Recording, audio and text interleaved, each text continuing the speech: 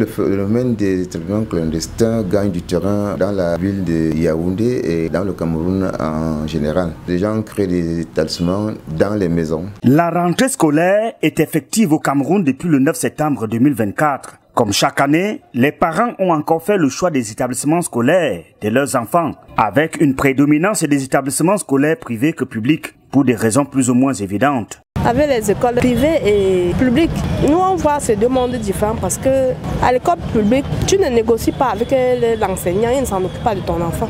Alors qu'avec le privé, il s'agit de les inscriptions, et il prend bien soin de ton enfant. Dans les écoles publiques, c'est un peu du laisser aller. Or, chez les privés, on prend soin des enfants. La qualité d'éducation est là.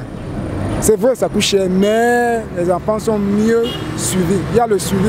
Parmi les établissements scolaires privés sollicités, certains sont clandestins, c'est-à-dire qu'ils fonctionnent sans aucune autorisation de l'État. Mais certains parents semblent les reconnaître. Les écoles clandestines, ça ne signale pas. Parfois, c'est des trucs un peu louches là. Les choses ne sont pas bien organisées. Un fondateur ne peut pas investir tant d'argent dans une école où il y a une barrière, vous voyez les enseignants sérieux et vous doutez. Puisque de temps en temps, on convoque les parents à l'école. Vous voyez la manière dont vous tenez les discours avec ces encadreurs, vous savez quand même qu'il y a du sérieux.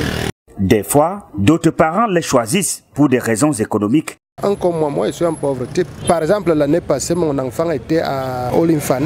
Je n'ai pas pu récupérer le bulletin. Il me manquait 40 000 francs. Mon enfant n'a pas pu composer la dernière séquence du troisième trimestre. Par contre, ailleurs, on m'a sollicité. Je suis parti avec mes enfants là-bas. Et si le gouvernement venait à fermer les écoles sollicitées? Je veux faire comment? Je veux supporter ça comme ça. C'est la vie. Si on décide de fermer, je suis obligé de...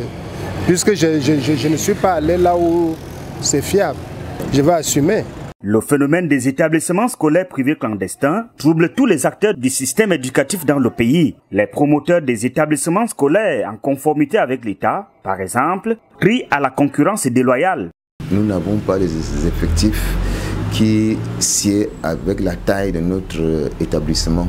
Nous sommes confrontés à une concurrence déloyale qui ne dit pas son nom. Nous suggérons que ceux qui contrôlent les établissements soient des hommes honnêtes, pas corrompus.